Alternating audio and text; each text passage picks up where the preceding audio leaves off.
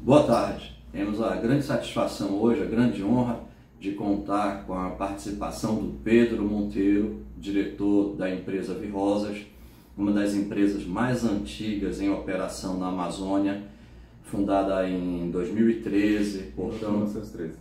Perdão, desculpa, 1913, portanto já vai completar 110 anos, não é isso, Pedro?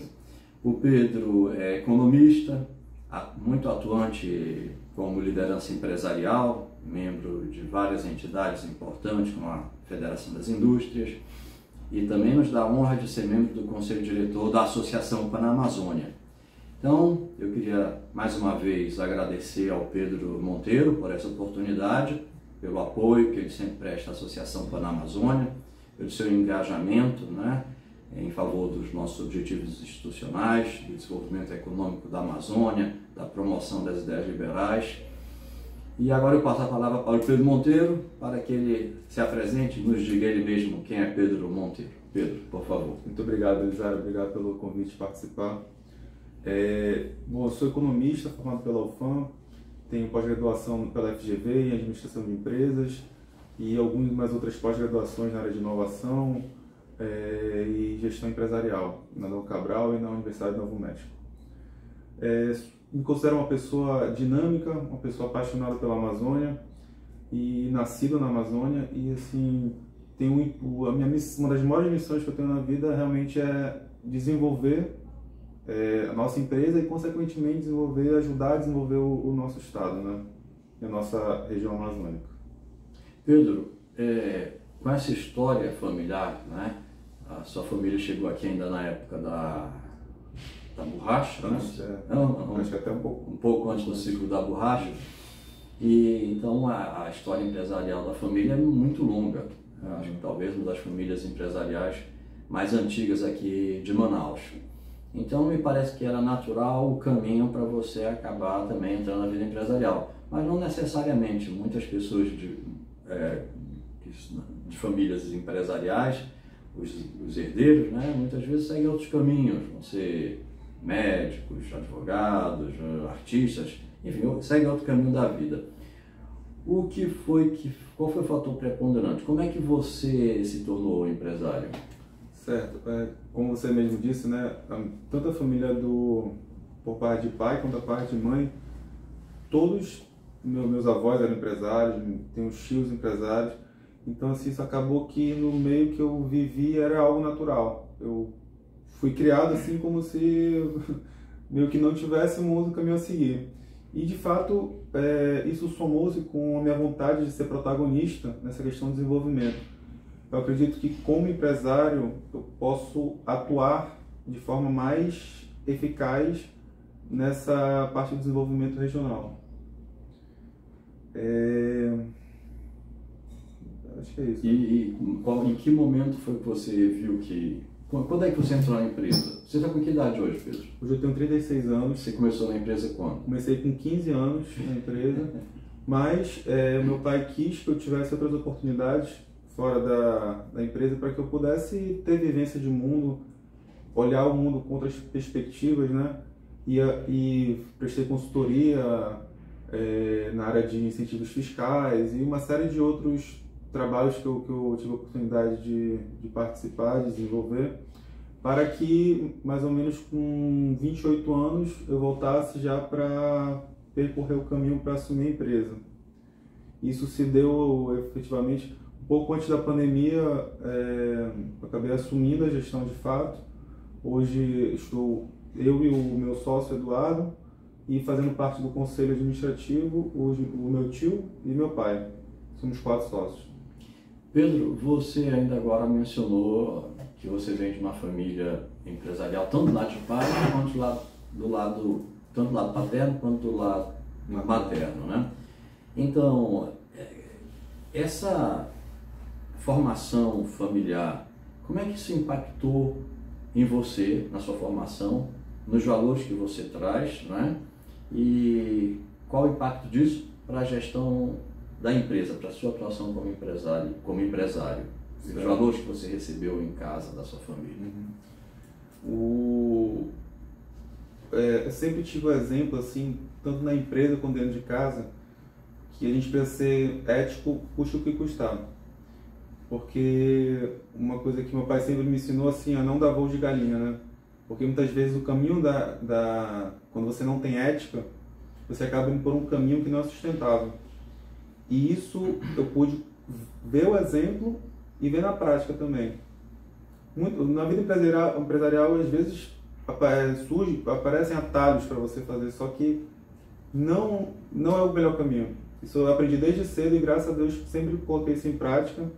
Isso com relação ao fornecedor, com relação aos clientes, com relação aos seus colaboradores. Isso se aplica a tudo, entendeu? E esses valores eu recebi da minha família. Também tem a questão da personalidade de cada um, né? Eu vou te confessar uma coisa, não sei se enfim, eu lido com um grupo de empresarial, são muitos empresários no nosso grupo, né, na nossa associação, são centenas, enfim, muitas dezenas, quase 2 centenas. Então, eu lido com todo mundo diariamente. E nessas minhas comunicações eu percebo, são poucos que respondem rapidamente. A gente manda a resposta, manda uma comunicação e rapidamente respondem. A gente pergunta alguma coisa e rapidamente respondem sim ou não, mas sempre nunca deixam sem resposta. Uma dessas pessoas é você. Obrigado. E a outra pessoa, que é uma pessoa extremamente, que tem muito prestígio, uma grande liderança empresarial, já é Ben Shimol. É incrível, um homem super ocupado. Você manda, ele responde. Seja por WhatsApp, seja por e-mail. Jonathan Ben Shimol é outro. E eu vejo assim que são as pessoas de mais sucesso, né? Isso mostra que essas pessoas elas têm uma disciplina muito grande e um respeito, né? Porque é isso que eu vejo em ti, e muita gente comenta que da sua geração você é diferenciado, Pedro, eu considero, sobretudo por isso, a forma elegante e respeitosa como você se comporta e como você trata todo mundo. Então eu queria saber se você acha também que a personalidade individual, e no seu caso a sua personalidade, como ela impacta na vida da empresa? Assim, não só a personalidade, acredito eu, Belisário, mas assim, as suas vivências, né? Uma das molas propulsoras da minha determinação em fazer o negócio da minha família crescer partiu de uma crise que a empresa passou. E quando eu tinha 15 anos, assim, tivemos uma infância muito boa, e com 15 anos tínhamos que reduzir drasticamente nosso padrão de vida. E assim, depois de muito tempo que eu me toquei, que foi essa questão que me ajudou a enfiar a cara nos livros e fazer todo lugar que eu trabalhei, eu procurei fazer o meu melhor. Mesmo se fosse, até como estagiário na Secretaria de Educação, um dos primeiros empregos que eu tive na vida, não é porque eu fazia o melhor, mesmo que eu não fosse que eu fosse ter minha bolsa ali, independente de qualquer coisa, fazia o meu melhor, e assim foi em todos os locais que eu trabalhei na minha vida. E assim, essa determinação foi essencial, porque eu pude focar no trabalho. Com 25 anos de idade, mais ou menos, já tinha 2 pós-graduações, consegui fazer a terceira logo em seguida. E fora ler, eu gosto muito de ler biografia, inclusive biografias também, assim, histórias, né? Que, assim, sempre que a gente pode, até do próprio Jaime Schmock, que você comentou, assim, são histórias inspiradoras, e de tantos outros empresários, até na nossa associação principalmente, são essenciais para você ver como é possível, entendeu? Pessoas que lá atrás fizeram de praticamente nada, fizeram um império. Isso é muito inspirador. É verdade. E sabe o que é curioso, que eu ouço isso que você acabou de dizer, de muitos empresários que gostam muita gente relata isso, que gosta de ler biografias. E as histórias, as de sucesso, e às vezes também de insucesso, porque às vezes o insucesso também serve para dar lições, né? Uhum. E meus parabéns, Pedro. Obrigado. Pelo empenho, pelo seu sucesso também. Obrigado. Pedro, eu queria agora falar um pouco mais especificamente da empresa, né? Como a gente mencionou no início, é uma empresa muito antiga, provavelmente, eu imagino que seja a empresa em operação mais antiga do Amazonas, tem a família contados, a família, acho que a empresa deles foi fundada antes, acho que 1870, 80, mas hoje não sei, não opera mais, não é? Vocês continuamente em operação. Eu acho que é a empresa mais antiga que nunca fechou, que sempre continua operando, eu acho que é de vocês mesmo, a Virosa, que é um feito extraordinário. Então eu queria que você contasse para o pessoal um pouco da história da empresa, como ela surgiu, como ela evoluiu. Certo. Meu bisavô, ele veio para Manaus, vindo de Portugal, e começou a comercializar produtos. Começou com vinho, portando vinho de Portugal, fazendo a distribuição, fazendo o fracionamento, a distribuição aqui na cidade de Manaus. E com o tempo foi diversificando, foi trazendo outras bebidas e tudo mais. E chegou no... E logo em seguida começou com a questão do vinagre. E o vinagre foi nosso carro-chefe por uns... Aliás, ainda é nosso carro-chefe, na verdade. Só que foi o único produto durante mais ou menos uns 80 anos, 85 anos. E há pouco tempo a gente começou a investir em outros produtos. Hoje a gente já tem molho shoyu, molho de alho, molho inglês, uma série de molhos, em especial um que tem um carinho especial, que é o molho de tucupi e a pimenta murupi com tucupi. Por que eu digo que são especiais? Porque vão dar possibilidade de gerar renda lá no interior, para o caboclo amazônico, que está lá plantando que planta na várzea, sua murupi, e consegue colher e vende para a gente gera uma certa movimentação na economia lá do interior, e isso assim, é extremamente gratificante. Além de ser um produto com a nossa cara, né, com a cara da Amazônia, e a Virrosas é a cara da Amazônia, uma empresa de capital, apesar do meu bisavô ser português, mas largou tudo lá para investir aqui na Amazônia, e o meu avô, e meu pai e eu somos todos amazonenses, né? E Pedro, hoje qual é o tamanho da empresa? São quantos funcionários? Hoje nós temos direto 35 funcionários.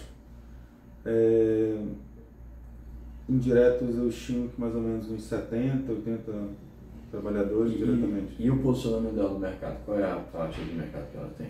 A gente hoje estima que no mercado de Manaus nós somos líder de mercado. Em alguns outros estados que atuamos da região norte, como Rondônia, como Acre, Roraima e Pará, a gente estima que nós somos ou em alguns talvez líder e outros o segundo lugar. Pedro, você falou, né, que na adolescência a família enfrentou desafios e você teve que se adaptar e você superou tudo isso brilhantemente. E na empresa, quais foram os desafios que você disse que a empresa teve um momento que teve que enfrentar um desafio? Quais foram exatamente esses desafios e como vocês fizeram para superar e estar na posição hoje? O nosso maior desafio recentemente, que até é comum a muitos outros empresários, foi a questão da Covid, né? A gente teve, como nós somos da área de alimentação, são considerados itens essenciais, que na verdade todos os setores são essenciais. Eu achei essa classificação muito furada, mas assim, pelo governo, assim, a gente teria o aval de trabalhar, então nós não paramos nem um dia sequer, entendeu? Para a gente garantir que a gente continuasse dando a nossa contribuição para a mesa do amazonense. E assim, não foi fácil, foi eu tinha que vir aqui sempre, todo dia eu estava aqui para levantar a moral do time, porque assim, era um clima de desânimo, um clima assim, um clima de certeza, um clima de medo, mas graças a Deus nós superamos e conseguimos até ajudar a sociedade através de diversas ações, porque uma das matérias-primas do vinagre é o álcool. Sim. Então a gente pôde doar embalagens, a gente pôde doar insumos para laboratórios de química da UFAM, laboratórios da UEA, fizemos uma parceria com o Corpo de Bombeiros também, e isso assim foi extremamente gratificante. E nós temos uma distribuição de álcool em gel também, e assim, o que alguns concorrentes, eu não gosto nem assim de falar, mas algumas concorrentes se aproveitaram da situação, aumentando o preço. Nós tomamos uma atitude de manter exatamente o mesmo preço que nós íamos vender antes da pandemia para depois da pandemia. E isso gerou assim uma relação de parceria e respeito maior ainda com nossos clientes, que eles viram que nós não voltando àquele assunto que nós conversamos no início, ética nos negócios. A empresa poderia ganhar, né, ia ganhar provavelmente muito dinheiro fazendo algo nesse sentido, se aproveitando uma situação, mas a que custo? A custo de pessoas que não poderiam comprar o produto e não teriam como higienizar suas mãos, ou enfim. Então isso assim, a gente nem passou na nossa cabeça fazer isso. A gente já de cara, os clientes perguntaram assim, mas vai aumentar de preço? Não. Vamos manter o mesmo preço porque é o justo. E o justo sempre é a melhor forma de agir. Sem dúvida. Parabéns, Pedro. Pedro, você mencionou ainda há pouco que destacou 2 produtos, não é? Sim. O molho de tucupi e de pimenta... Murupi com tucupi. Portanto, 2 produtos regionais. Aí você falou, inclusive, que isso é bom porque gera emprego, gera renda, enfim, para a região, para o pessoal do interior. E mencionou também que atua em outros estados. Esse é o foco de vocês? Qual é o foco da empresa hoje? É expandir para os outros estados? É diversificar os produtos? Qual é o foco? E também qual o futuro que você vislumbra para a Virrosas? A gente está trabalhando principalmente em 2 linhas. A primeira é a diversificação e a segunda é a exportação.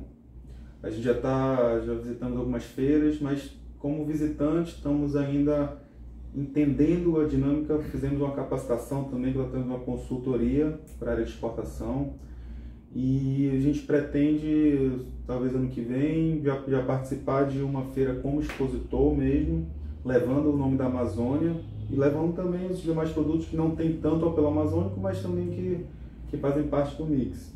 Mas a gente acredita muito no apelo da Amazônia para ser o carro-chefe de puxar essas exportações. Excelente. Pedro, falando de Amazônia, né? O que significa ser empreendedor na Amazônia? Belisário, eu usaria 2 palavras: desafio e oportunidade. Desafios logísticos tremendos, mas que por outro lado geram oportunidades de você fazer produtos de qualidade com preços competitivos, porque você está mais perto do mercado consumidor. Entretanto, a gente também tem a questão logística tanto para trazer matéria-prima quanto para a logística de distribuição, que, como eu falei, a gente distribui para praticamente todo o estado da região norte. Então isso acaba, a gente tem muita dificuldade, praticamente tudo é fluvial, né? Sim. Poucas coisas só que o Boa Vista que vai terrestre, algumas cargas para Rondônia vão terrestre também, mas a maioria é rodofluvial, né? Como essas dificuldades logísticas impactam no teu produto, no preço, Acaba que encarece o frete, né? Quando você não tem, por exemplo, você não tem como mandar é muito difícil você mandar um container de vinagre para o interior. Geralmente você coloca no barco, é uma logística bem peculiar. Acho que aqui no Amazonas só poucos lugares têm capacidade para receber container, além de Manaus, acho que Taquatiara. Isso. Acho que só. Não tem mais ninguém. E você pode, talvez container pode mandar o caminhão aqui do lado da ponte, né, para Iranduba também. E só. Exatamente. E nos outros 60 municípios. A mercadoria vai no barco regional. Isso é um absurdo. Esse é um absurdo que um estado tão grande quanto o nosso não possa levar nada em container. Isso dificulta muito, né? Sem dúvida. Para Belém nós temos até eventualmente a gente transporta também com a Bertolini, né, que são grandes parceiros, e Belém a gente usa eles, o Santarém a gente usa muito barco também, que é o que tem. Essa é a questão, o empreendedorismo na Amazônia é criatividade e resiliência. Você tem que olhar o problema e resolver de uma forma resiliente, flexível, para que seu cliente seja atendido de uma forma eficaz e eficiente e você consiga fazer a venda do seu produto. Os insumos da empresa vêm basicamente de onde? Nós sempre damos assim, prioridade ao que é fabricado no Amazonas, nós compramos. Por exemplo, agora reabriu há uns tempos atrás uma fábrica de pré-forma, de onde faz a garrafa, né? Sim. Compramos aqui no Amazonas. A película plástica também aqui no Amazonas. O que a gente não compra aqui é porque normalmente não tem. Entendeu? Por exemplo, o etanol. Vem de Goiás. Ou seja, então, a BR-319 ajudaria muito vocês, né? Se tivesse... Muito, ajudaria muito. Qual a sua avaliação dessa questão do BR-319, Pedro? Eu acho que... posso estar enganado, mas acho que assim, as pessoas que lutam contra não entendem que não é... que assim, que não conseguem enxergar que vai desenvolver a região, que pessoas que hoje passam necessidades vão ter uma vida melhor. O índice de desenvolvimento humano certamente vai aumentar essa estrada. Realmente, assim, a gente acha que tem que ter um desenvolvimento sustentável, né? Tem que ter uma questão assim de... Mas eu acho exagerado essa preocupação que o desenvolvimento tem que ter, entendeu? Que se for preservar, que tem as áreas de reserva, né? Como já tem muitos parques, reservas ambientais, né? Que eu acho importantíssimas. Eu sou muito a favor da preservação, mas eu sou muito a favor mais ainda do desenvolvimento, entendeu? E Pedro, a BR não sai basicamente por questões ambientais, né? Ou seja, os órgãos de controle ambiental, eles não criam dificuldades constantes e a gente não consegue tornar trafegável uma rodovia que no passado já foi trafegável. E aí, falando disso, eu queria que você dissesse seu ponto de vista. Você já disse que é a favor, lógico, todo mundo é a favor da conservação ambiental, mas eu queria que você avaliasse um pouco esse excesso que você falou, né? O excesso da ideologia ambiental para o desenvolvimento econômico da Amazônia. Eu lhe pergunto isso não só na sua qualidade de diretor da Virrosas, mas também na qualidade de diretor. Você é diretor da Federação das Indústrias, a entidade mais importante que congrega empresários aqui no Amazonas. Como você vê essa questão? A questão do meio ambiente, do excesso da ideologia ambiental para o desenvolvimento econômico. Sim, assim, eu não vejo com bons olhos o exagero, né? Acho que tudo na vida tem que ser algo equilibrado. Você não pode também devastar a Amazônia inteira, que realmente ela tem seu papel para a humanidade. Mas, em compensação, você não pode punir o amazônida, o homem que está lá no interior, de não poder fazer nem que seja uma pequena, média agricultura, né? Mas assim, a legislação e os órgãos fiscalizadores são muito punitivos, são muito... Enfim, eu acho que poderia ter um pouco mais de sensibilidade, de pensar mais na população da Amazônia, que nós somos cerca de 20 milhões de habitantes da Amazônia, né? E eu acho que a gente poderia olhar com mais flexibilidade essas questões. Ok, eu concordo com você. Também acho que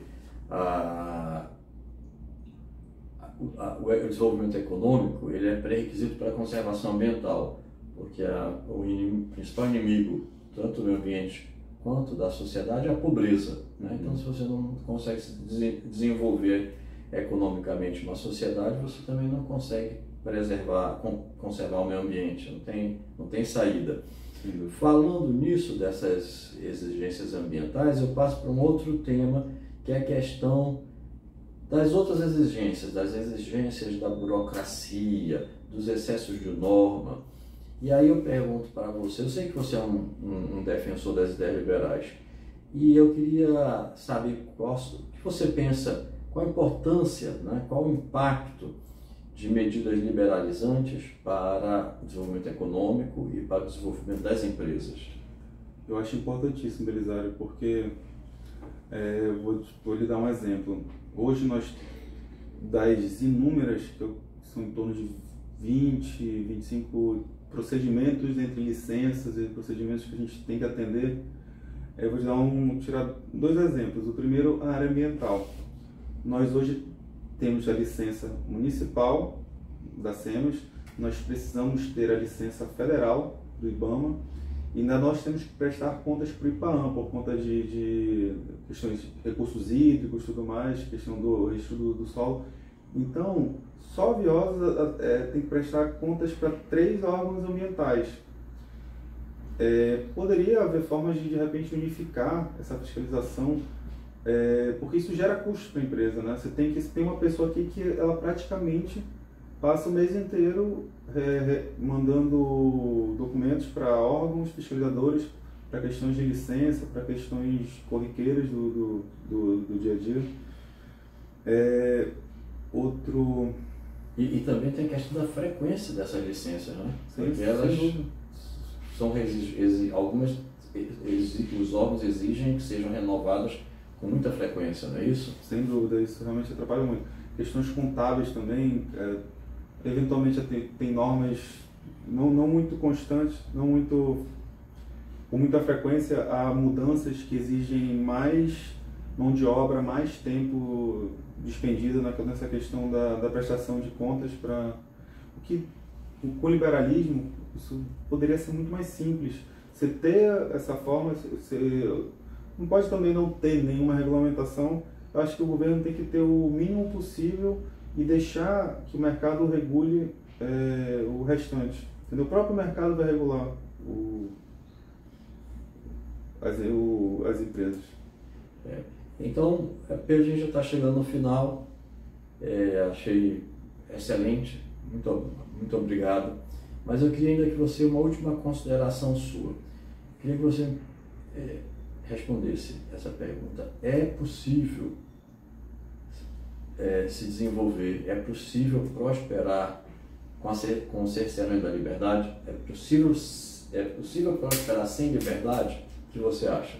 Belisário, que é possível O problema é que há passos lentos, entendeu? Um desenvolvimento que poderia levar 5, 10 anos, acaba levando 20, 30, 40.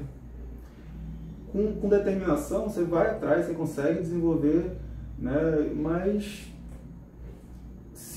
na minha opinião, quanto mais liberalismo houver, mais desenvolvimento terá, mais recursos para pagamento de impostos terá, mais lucros para as empresas, mais as empresas poderão pagar um salário melhor para os seus colaboradores. Então, assim, é um ciclo extremamente virtuoso, que se gera que todos os entes ficam satisfeitos. O governo, as empresas e os colaboradores. E os consumidores, sem a menor dúvida. Que na verdade são os mais beneficiados, porque você vai ter um produto ainda mais competitivo, com preço melhor, ele vai poder comprar mais coisas. Pedro, muito obrigado. Eu sempre peço nas entrevistas que eu tenho feito, para os empresários daqui da região, que são da região, que operam aqui na região, convidem os empresários de fora, enfim, para vir investir aqui na região. E aí, então, eu queria que você fizesse esse convite, falando um pouco, né, do que é preciso para vir para cá, para a Amazônia e ter sucesso. Sem dúvida, assim, fica o meu convite aí para os colegas empresários de outras regiões que têm interesse. Os desafios são grandes, mas ainda temos muitas oportunidades para investimento no nosso estado. Temos uma riqueza muito grande e acredito muito que a gente ainda vai crescer bastante nos próximos 10 anos, tanto a Virrosas como todas as empresas aqui instaladas. Eu sou muito otimista, apesar de muitas vezes se desanimar por algum motivo ou outro, mas você tem que manter o foco, tem que ser persistente e vestir a camisa, que a gente vai fazer, ainda vamos fazer a Amazônia muito grande. Muito obrigado, Pedro. Bem, eu queria só esclarecer que essa entrevista com o Pedro Monteiro, ela faz parte de um projeto de um livro que a Associação Panamazônia está produzindo com o título de Prosperidade na Amazônia, Histórias de Sucesso. Então, esse material vai ser transcrito e vai ser parte constituinte da referida obra, né? Então, mais uma vez, Pedro,